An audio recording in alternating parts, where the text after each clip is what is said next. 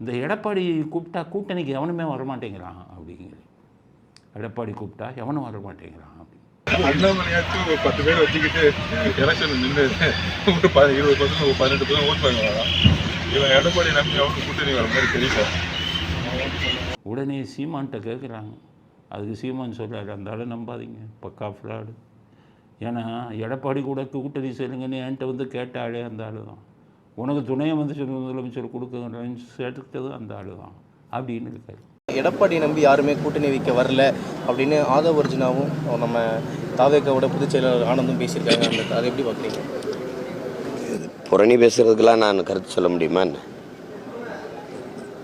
இதே ஆதவ அர்ஜுனா தான் என்னை அதிமுக கூட்டணிக்கு வாங்கினார், துணை முதலமைச்சராகிறேன்னு. அதுக்கு என்ன பண்ணுறது?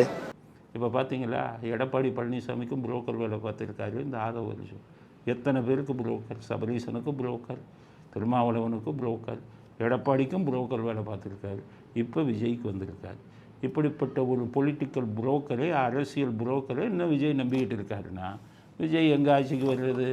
அரசியல் சாதனையும் சுத்தமாக இல்லையே, ஆளை புரிஞ்சுக்க முடியலையே. ஸ்லீப்பர் செல்லை உள்ளே வச்சுக்கிட்டு முக்கியத்துவம் கொடுத்துக்கிட்டு இருந்தால் கட்சி உருப்படுமா? விஜய்க்கு இதை சமர்ப்பிக்கிறோம், புரிஞ்சுக்கோங்க. அவர் சீமான் சொல்கிறத கேளுங்க.